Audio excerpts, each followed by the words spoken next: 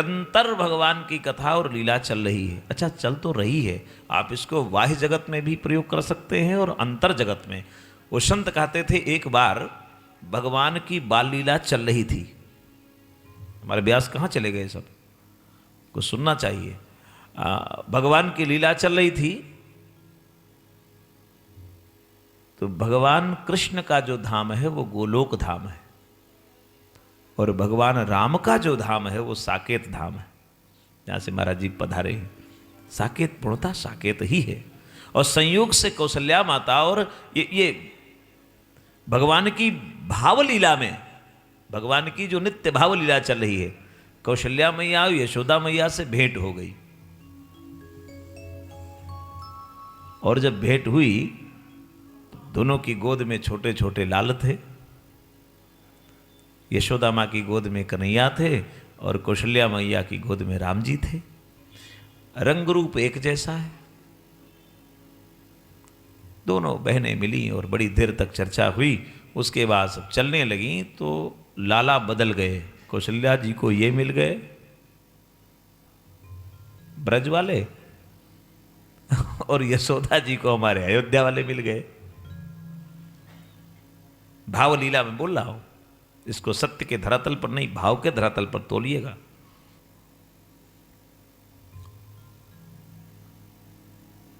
यशोदा जी गोलोक गई भगवान को लेकर, कौशल्या जी साकेत पहुंच गई। यशोदा जी ने देखा कि आज लाला कुछ बोल नहीं रहा, बड़ा गंभीर है, चुपचाप है, क्या मामला है, हाथ पांव तक नहीं हिला रहा है, बड़ी गंभीरता दिखा रहा है, कोई समस्या तो नहीं हो गई। पंडित जी बुलाए गए। पंडित जी देखो लाला को हुआ क्या। पंडित जी बता नहीं पाए। आचार्य सांडिल्य नंद जी के कुल पुरोहित हैं और आचार्य गर्ग वसुदेव जी के कुल पुरोहित हैं। तो दोनों आचार्यों को यशोदा जी ने बुला लिया। आचार्य जी देखिए हुआ क्या। और उधर कौशल्या जी परेशान, साकेत में वो सामान कोई रहने न दे, सारे सामान उठा के फेंके रहे, इधर के उधर पूरा लीला अपना फैलाए। वो परेशान कि आज लाला को क्या हुआ है, बड़े शांत रहते थे, आज तो पूरा नटखटपन मचाए बैठे हैं, कोई सामान एक स्थान पर रहने नहीं पा रहा है, ये तो परेशान कर दिए हैं, हुआ क्या। गुरुदेव वशिष्ठ बुलाए गए। गुरुदेव क्या हुआ। गुरुदेव ने कहा कुछ हुआ नहीं है। उधर गर्ग जी ने कहा कुछ नहीं हुआ है, बस केवल दोनों बदल गए हैं, इधर के उधर हो गए हैं, इनको बदल दो और लीला सीधी हो जाए, दोनों आनंद आ जाए। दोनों में यही अंतर है, बस बदल दिए गए। आज हमारे गोविंद की दिव्य बाल लीला है। स्वामी जी भी जब बाल लीला लिखते हैं राम जी की तो मानस में कहते हैं कि बाल लीला को सुनकर जो भावुक न हो जाए भगवान की, समझो उसे रस प्राप्त नहीं हुआ जीवन का। ये भगवान की बाल लीला बहुत दिव्य लीला है, पूर्ण मनोरम लीला है। गत संध्या में बताया कि देवकी माँ के सामने भगवान चतुर्भुज आए तो देवकी माँ ने कहा इस तरह से जन्म नहीं होता है, क्या करें, दो भुजा लाइए ना, चार भुजे के यहाँ क्या आवश्यकता है। दो भुज हो गए भगवान हमारे। क्या आप तो ठीक हैं। कहा अभी भी ठीक नहीं है, इतने बड़े थोड़े होते बालक, छोटे हुए। भगवान शिशु रूप में आ गए और जब शिशु रूप पधारे देवकी माँ के गोद में तो कहा आप तो ठीक हैं। तो देवकी माँ ने कहा अभी भी ठीक नहीं है, अब क्या होना चाहिए। अभी तो वस्त्र पहने हो, बच्चा जब जन्म लेता है तो वस्त्र नहीं पहने रहता है, अपने वस्त्र निकालो ना। भगवान ने वस्त्र भी निकाल दिया। क्या प्रभु हमारे भक्तों के लिए आते हैं। राम हो कृष्ण हो, ये भक्तों के लिए ही पधारते हैं। आइए भाव मस्ती में चलते हैं, भगवान नाम संकीर्तन, अपने गोविंद नाम संकीर्तन करते हैं और फिर भागवत के विभिन्न प्रसंगों का आनंद लेंगे। भाव मस्ती में गाएं। गोविंद मेरो है, गोपाल मेरो है, गोविंद मेरो है, गोपाल मेरो है, गोविंद मेरो है, गोपाल मेरो है। गोविंद मेरो है, गोपाल मेरो है। श्री बांके बिहारी नंदलाल मेरो है। श्री बांके बिहारी नंदलाल मेरो है। गोविंद मेरो है, गोपाल मेरो है। गोविंद मेरो है, गोपाल मेरो है। श्री बांके बिहारी नंदलाल मेरो है। श्री बांके बिहारी नंदलाल मेरो है। श्री बांके बिहारी नंदलाल मेरो है। श्री बांके बिहारी नंदलाल मेरो है। गोविंद मेरो है, गोपाल मेरो है। गोविंद मेरो है, गोपाल मेरो है। श्री बांके बिहारी नंदलाल मेरो है। श्री बांके बिहारी नंदलाल मेरो है। श्री बांके बिहारी नंदलाल मेरो है। श्री बांके बिहारी नंदलाल मेरो है। राधा रमण बिहारी गोपाल मेरो है। राधा रमण बिहारी गोपाल मेरो है। गोविंद मेरो है, गोपाल मेरो है। गोविंद मेरो है, गोपाल मेरो है। गोविंद मेरो है, गोपाल मेरो है। गोविंद मेरो है, गोपाल मेरो है। राधा रमण बिहारी गोपाल मेरो है। राधा रमण बिहारी गोपाल मेरो है। राधा रमण बिहारी गोपाल मेरो है। राधा रमण बिहारी गोपाल मेरो है। वृंदा बिपिन बिहारी नंदलाल मेरो है। वृंदा बिपिन बिहारी नंदलाल मेरो है। गोविंद मेरो है, गोपाल मेरो है। गोविंद मेरो है, गोपाल मेरो है। गोविंद मेरो है, गोपाल मेरो है। ताली बजाते हुए मेरो है, गोपाल मेरो है। राधा रमण बिहारी नंदलाल मेरो है। राधा रमण बिहारी नंदलाल मेरो है। गोविंद मेरो गए, गोपाल मेरो गए। गोविंद मेरो है, गोपाल मेरो है। गोविंद मेरो है, गोपाल मेरो है। गोविंद मेरो है, गोपाल मेरो है। गोविंद मेरो है, गोपाल मेरो है। गोविंद मेरो है, गोपाल मेरो है। गोविंद मेरो है, गोपाल मेरो है। गोविंद मेरो है, गोपाल मेरो है।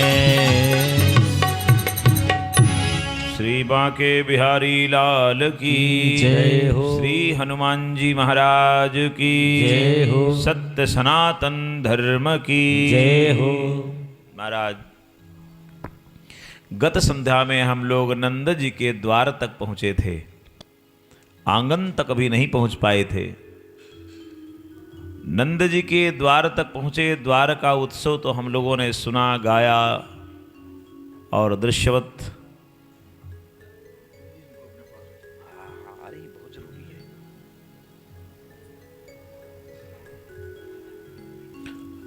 नंद द्वार की शोभा का तो हम लोगों ने आनंद लिया, लेकिन अभी नंद जी के आंगन में नहीं पहुंच पाए थे। पहुंचे थे, अभी सारी नाच कल जो हुई वो द्वार पर ही तो हुई, अभी तो बधाई बजी नहीं। हाँ, अभी तो आज बाकी है। वो आज हम लोग नंद भवन के अंदर चलेंगे, आंगन में चलेंगे और वहां का दृश्य देखा जाए क्या है। महाराज नंद जी 80 वर्ष के थे करीब, जब घर में बालक आया, लाला आया। 80 वर्ष सामान्य आयु नहीं है, लेकिन द्वापर की आयु बड़ी होती थी, ऐसा लोग कहते हैं। लेकिन ऋग्वेद तो नहीं कह रहा है भाई। ऋग्वेद तो सरदा शतम जीवेम की ही परिकल्पना करता है। हम 100 शरद तक जिए, हम 100 शरद देखें, 100 वर्ष की आयु की कल्पना है ऋग्वेद में। और वेद पहले आया। इस विचार से नंद जी 80 के भले रहे हों, तो भगवत कृपा है, भगवान ही साक्षात आए तो 80 में नहीं, जाते समय आते हैं। वो तो जाते समय आ सकते हैं। हाँ?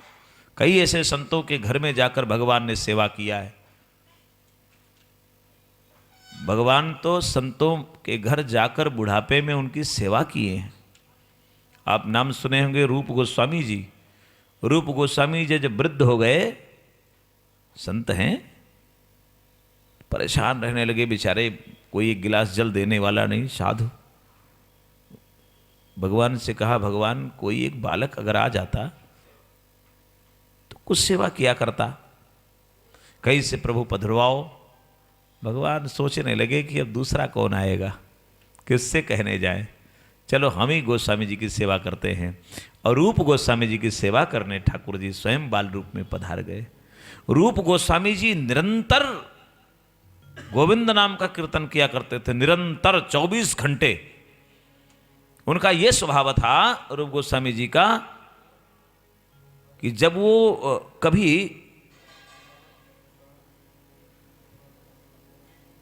जाते थे बाथरूम में तो भी बेचारे जीभ उनकी मानती नहीं, गोविंद गोविंद। तो जब भी जाएं तो मैदान में जाए तो भी अपना जीभ पकड़ लेते थे बेचारे। कितने समय हम बैठे हैं और उत्सर्जन की क्रिया हो रही है तो जीभ पकड़े रहे, कम से कम इतनी देर गोविंद नाम तू ना बोल, अशुद्ध है शरीर, अपनी जीभ पकड़ लेते थे। एक बार गोस्वामी जी से 2 संताएं हैं, रूप गोस्वामी और जीव गोस्वामी। एक बार ऐसा हुआ कि वो बालक छोटा सेवा कर रहा था तो पानी ले जाना भूल गए पात्र में। तो अंदर से बुलाए, बेटा जरा पानी ले आओ। पानी लेकर गया और देखा कि महात्मा अपनी जीभ पकड़े बैठे एक हाथ से। भगवान ही तो थे बाल रूप में, सेवा कर रहे थे। तो कहा, महात्मा अपनी जीभ क्यों पकड़े आप बैठे हैं? जब बाहर आए तो कहा, महाराज जी आप अपना जीभ क्यों पकड़े हुए थे अपनी? तो कहा, ये जीभ मानती नहीं है, बार बार गोविंद गोविंद गोविंद रट लगाती है। और उस समय हम अशुद्ध थे, बैठे थे, तो मैंने सोचा कि इसे पकड़े रहो, ये मानेगी नहीं, पकड़ के बैठे थे। गोपाल जी ने कहा,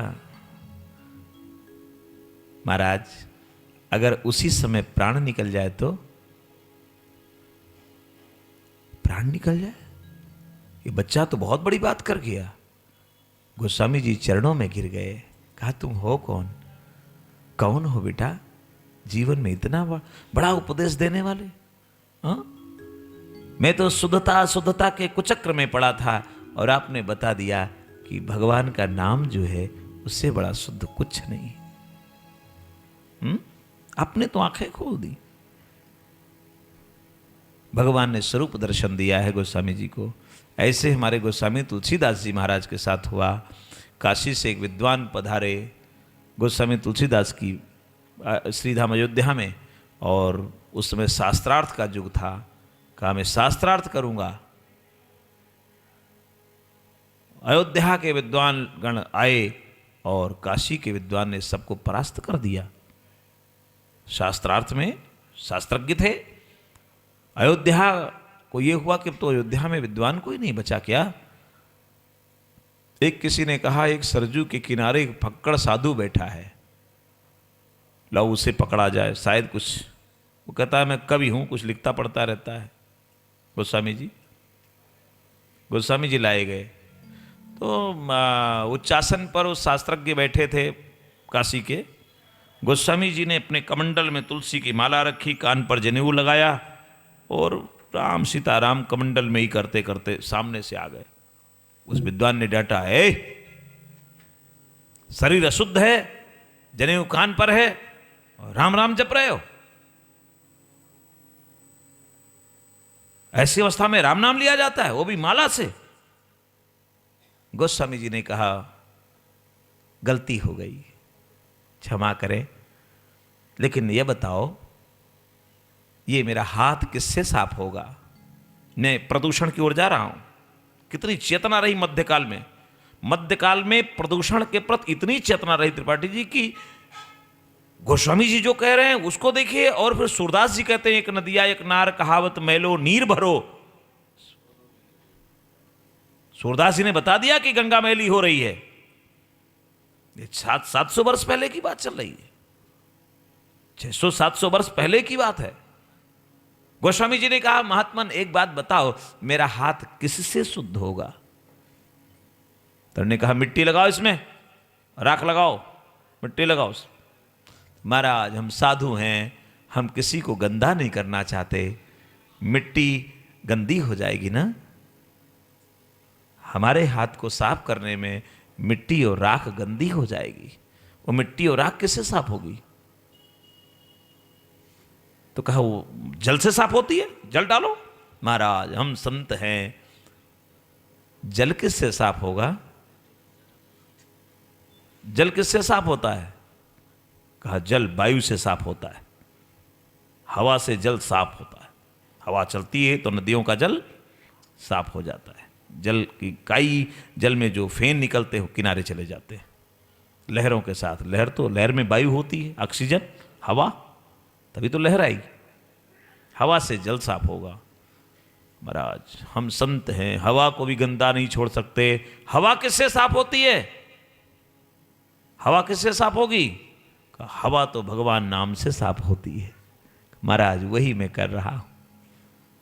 मैं तो राम नाम ही रट रहा हूं, जिससे हवा साफ होती है, जिससे जल साफ होता है, जिससे मिट्टी साफ होती है, जिससे हमारे शरीर की गंदगी साफ होती। मैं तो वही नाम जप रहा हूं। हम कहां अलग हैं? शास्त्रज्ञ उठ करके गोस्वामी जी के चरणों में गिर गया। यह अयोध्या की मर्यादा है। तो इसलिए बताना पड़ा कि हम किसी भी दशा में रहें, भगवान नाम हमारा न भूले। हाँ, नंद का आंगन आज आनंद से भरा है, बहुत आनंद है। नंद के घर में, नंद का अर्थ ही होता है आनंद। आकर जहां आगतो नंदः भवति आनंदः, जहां कुछ कोई आ जाए और नंदन होने लगे उसे कहते हैं आनंद। और नंद माने नंदन हो रहा है, अंदर से प्रसन्न है। नित्य की प्रसन्नता किसी पैसे से खरीदने से प्रसन्नता नहीं मिलती। अच्छा कुछ लोग होते हैं 24 घंटे दुखी रहते हैं, कोई दुख नहीं है, बेकार दुखी बैठे हैं, मुंह लटकाए रहेंगे। अरे क्या आवश्यकता है साहब? प्रसन्न रहिए, कुछ ही दिन का जीवन है, प्रसन्न रहिए और सामने वाले को प्रसन्न करिए। आप जब प्रसन्न होंगे तो सामने वाला भी प्रसन्न होगा। आप जब दुखी होंगे तो सामने वाला भी दुखी होगा। भगवान के बनाए हो, इसलिए भगवान की बनाई मूर्ति को दुख मत दो, प्रसन्न रहो। जैसी भी जय ही विद्या राखे राम, ताई विद्या रहिए, खूब प्रसन्न रहिए। सब कुछ परमात्मा ने दिया है, इतना भर दिया है जिसका कोई मोल नहीं है। एक आंख का मोल कोई नहीं दे सकता, एक उंगली का मोल कोई नहीं दे सकता। इतनी महत्वपूर्ण शरीर मिली है, उसके बाद भी तुम अपने को गरीब दीनहीन कह करके भगवान को कोस रहे हो, भगवान को क्यों दोष दे रहे हो? हाँ? 3 प्रकार के कर्म होते हैं, प्रारब्ध, संचित और क्रियमाण। कर्म 3 प्रकार के होते हैं। प्रारब्ध हमारा पूर्व जन्म में किए हुए, या ऐसे मान लो भूतकाल के कर्म जब भाग्य रूप में परिणत हो जाते हैं तो उसे प्रारब्ध कहते हैं, जिसको हम भाग्य कहते हैं। पहले के किए हुए कर्म जब हमारे भाग्य रूप में परिणत होते हैं तो प्रारब्ध है। जो कर्म हम कर रहे हैं वो क्रियमाण है, और उस कर्म के द्वारा जो कुछ मुझे संचित हो रहा है, भला बुरा हम कुछ इकट्ठा कर रहे हैं आगे भविष्य काल के लिए, उसे संचित कर्म कहते हैं। तो जहां पर नंदन है, प्रसन्नता है, प्रफुल्लता है, उसका नाम नंद है। और नंद के घर में हम लोग चलें, भवन में चलें, भवन में आनंद है।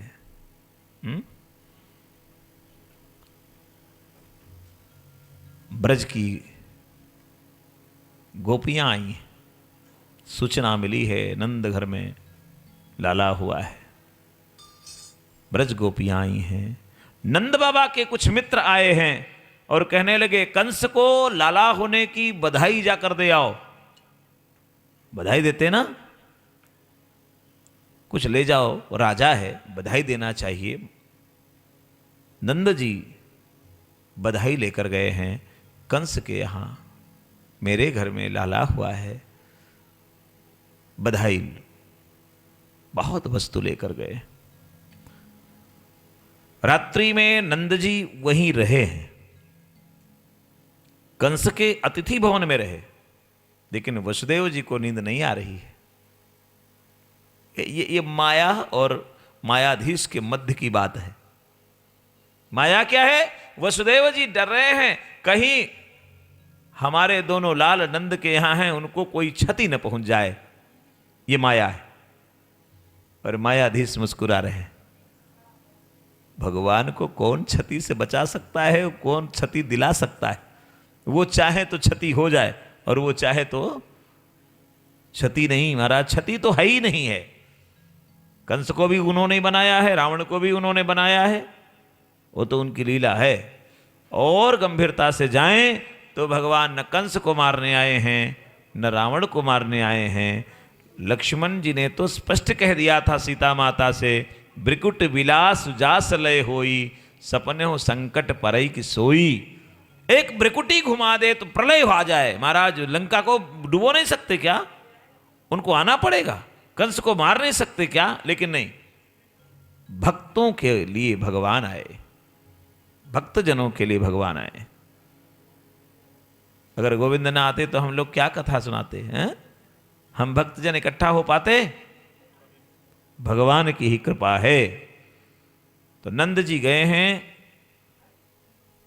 बधाई देने, बधाई दिया है, रात्रि विश्राम किया है। वसुदेव जी बहुत चिंतित हैं। सारी रात, पूरी रात अर्गला पर खड़े रहे, द्वार पर खड़े रहे कंस के चुपके से, कि नंद जी जब बाहर निकले तो मैं उन्हें बताऊं कि जो तुम्हारे घर में लाला है, हुआ है, उसको बड़ा कष्ट है, आप सुरक्षा करिएगा। उन्हें बताऊं कि बालकों की सुरक्षा करें। नहीं, नंद जी तो उत्सव में भूल जाएंगे और कोई भी घटना गोकुल में घट सकती है। वसुदेव जी इस चिंता में समस्त रात्रि वहीं खड़े रहे। पूरी प्रातःकाल हुआ, नंद जी अतिथि गृह से बाहर निकले, कंस से मिले और अब चले हैं बाहर की ओर। बाहर जैसे निकले अर्गला के, देखा वसुदेव खड़े। नंद जी दौड़ पड़े, वसुदेव को गले मिले, रोने लगे। नंद जी रोने लगे। उधर तो लाला होने की प्रसन्नता है और इधर मित्र के दुख को देखकर रोना है। देखिए ये दोनों परिस्थिति, वसुदेव मित्र हैं, मित्र के दुख में दुखी होना, दुखी हो गए। पापान निवारयत यज्जते हिताय गुह्यम निगुह्यत गुणान प्रकटी करोति आपद गतम चन जहाति ददाति काले सनमित्र लक्षणमिदम प्रवदन्ति शंता। मित्र के तो यही लक्षण है। आरंभ गुरवी क्षयणी क्रमेण लग्वी पुरा वृद्धिमती च पश्चात दिनस्य पूर्वार्ध परार्ध भिन्ना छायो मैत्री खल सज्जना नाम। मूर्ख की और सज्जन की मित्रता में इतना अंतर बताया ऋषियों ने। मूर्ख की मित्रता जैसे आपके पास बैठेगा इतनी बड़ी मित्रता बढ़ा देगा,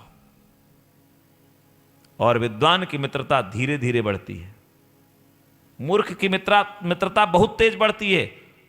ट्रेन में बैठेंगे, बगल आएगा और कहेगा भाई साहब कहाँ जाना है? फला जगह जाना है। अच्छा, हमें भी वहीं जाना है। और एक 20 मिनट बाद कुछ मंगाएगा, आप खाएगा और आपको खिलाएगा, आपके अटैची ले जाएगा 25वें मिनट में। वो किसकी मित्रता है? हाँ, मूर्ख की मित्रता बहुत तेज बढ़ती है और सज्जन की मित्रता धीरे धीरे बढ़ती है। परिचय से धीरे धीरे मित्रता बढ़ती है। तो जब मित्रता तेज बढ़े तो समझ जाओ इसमें घटना घटनी है, और जब मित्रता धीरे बढ़े तब समझना ये सज्जन की मित्रता है, भगवान की कृपा रही है कि दर्शन हुआ है। वसुदेव और नंद बाबा मित्र हैं। नंद बाबा के हृदय में करुणा जग गई और वसुदेव को गले लगाकर रोने लगे। व्यास जी कहते हैं, नंद जी कहें, नंद जी बोले वसुदेव से, वसुदेव अहो ते देवकी पुत्रा। अरे देवकी के कई पुत्र हुए। पुत्राः बहुवचन है। कंसेन बहवो हता, और कंस ने बहुत से पुत्र मार डाले। अपने बेटे होने की प्रसन्नता के साथ मित्र के बेटे मारे गए, इसका दुख है नंद को, रुदन हो रहा। ये होना चाहिए साहब। मित्रता जीवन में समाप्त हो गई। आज अनुभव करिए, पढ़ाई के समय जितने मित्र थे सब चले गए। अब तो मित्र ही कोई नहीं। किससे मन की बात करोगे? हाँ, मन की बात किससे किया जाए? एक मित्र मिला पत्नी के रूप में, एक मित्र मिला पति के रूप में, उससे भी मन की बात नहीं कह पा रहे हो, संकोच कर रहे हो। मन की बात कहो। अपने मन की बात किससे कहेंगे? भला बुरा जो भी मन में है वो अपने मित्र से कहना होता है। स्मरण करो, पढ़ाई के समय आप कुछ मन में नहीं रखते थे, अपने मित्र से सब कह देते थे। वो दिन याद करो, सिनेमा देखो। सारा दिन जेब में पैसे रहे चाहे न रहे, घूमना है। बोलो, वो मस्ती विद्यालय परिसर की, महाविद्यालय परिसर की फिर आने वाली क्या? वो मित्रता का क्षण स्मरण करो। मित्रता हो, एक न एक कोई मित्र हो जिससे मन की बात करो, बहुत अनिवार्य है। और मन की बात ही न करो, मित्र को शरीर से अलग मत रखो, मन से अलग मत रखो। नंद और वसुदेव का आनंद देखिए। अहो ते देवकी पुत्रा कंसे न बहवो हता, एका वसिष्ठा वरजा कन्या सापि दिवंगता। एक बेटी हुई, उसको भी कंस ने मार दिया। क्या दुख! बहुत बेटों को मारा, बहवा हता, बहुत मार दिया। सब बहुवचन है, सारे पद में बहुवचन है, पहली पंक्ति में, दूसरे में एक वचन। क्या व्याकरण प्रयोग कर रहे हैं हमारे व्यास जी। एका वरजा शिष्टा कन्या सापि दिवंगता, कन्या को भी नहीं छोड़ा। लेकिन एक बात करना वसुदेव जी, हाँ, मेरे घर में लाला हुआ है, ये कभी मत सोचना कि आपके बेटा नहीं है। मेरा बेटा आपका बेटा है। धन्य है, धन्य है। क्या एक बार हो जाए, जय जय।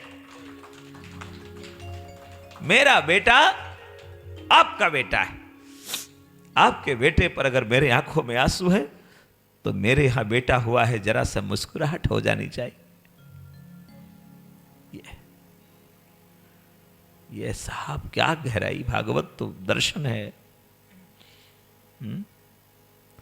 वसुदेव ने हाथ जोड़ लिया, बहुत प्रसन्नता है, आपके घर में बालक हुआ है, बड़ी प्रसन्नता है। लेकिन नंद जी, आपको पता है इस समय कंस के दूत चारों ओर फैले हैं और नन्हे नन्हे बच्चों को मार रहे हैं। वो जो कन्या आई थी हमारे घर में, वो अष्टभुजा बन के बता गई है कंस को कि आपको मारने वाला पैदा हो चुका है। तब से कंस ने अपने दूत भेज रखे हैं चारों ओर, अपने जाकर बालकों की सुरक्षा करो, बालकों की सुरक्षा करो। आज भगवान की छठी होने वाली, 6 दिन के हो गए हमारे सरकार। हाँ, हमारे सरकार 6 दिन के हो गए। उठाता है जो सब जग को, उसे भक्त उठाता है। आहा, उठाता है जो सब जग को, उसे भक्त उठाता है। और झुलाता है जो सब जग को, उसे झूला झुलाता है, उसे झूला झुलाता है। भगवान की सुरक्षा जाकर को, बालकों की सुरक्षा करो। धन्य है वसुदेव, भगवान की हमारे सुरक्षा होनी चाहिए। हाँ, क्या है, मायाधीश की माया है कि नहीं है? भगवान सुरक्षित नहीं है? उनकी सुरक्षा होनी चाहिए, बिल्कुल वैसे होनी चाहिए। मैं श्रीधाम अयोध्या में विद्यार्थी था, साकेत महाविद्यालय में एक मंदिर पर सेवा मिल गई, भगवान की सेवा करते थे। प्रातः काल जब उठना पड़े ना तो बुरा लगे बच्चों बुरा लगता है बिल्कुल, प्रातः काल उठना हो, विद्यार्थी जीवन। रात में देर से लौट के आए, कहीं कोई प्रवचन सुन के आए, कहीं किसी महात्मा का कोई लीला देख कर आए। तो अयोध्या में उस समय का दूसरा आनंद था, प्रदूषण से दूर थी अयोध्या, कोई प्रदूषण नहीं, बड़ा शांत। यहाँ रामलीला हो रही है, वहाँ रामलीला हो रही है, वहाँ गुरुदेव भगवान का प्रवचन चल रहा है। गुरुदेव भगवान जब अयोध्या में रहते थे तो किलाधीश जी के यहाँ जाकर नित्य बोलते थे रामचरित, जाकर सुने, देर हो जाए। और जब आए तो भगवान सेवा प्रातः काल उठना पड़े, 3 बजे उठना होता था। अच्छा, सरजू का नित्य स्नान अनिवार्य होता था। आलस्य आई, एक दिन भगवान से कहा कि अगर मैं आपको ना स्नान कराऊं, तुम कैसे भगवान हो, मेरे स्नान कराने से स्नान कर रहे हो। एक दिन कह दिया, अहंकार आया है, अहंकार है। चिंतन वहीं प्रारंभ हुआ, हमने कहा तो बड़ा गलत हो गया। बाद में फिर भगवान को हम स्नान कराते तो भगवान क्यों स्नान करते हैं। बाद में पता चला कि यह संसार माया संसार है, भगवान का हाथ है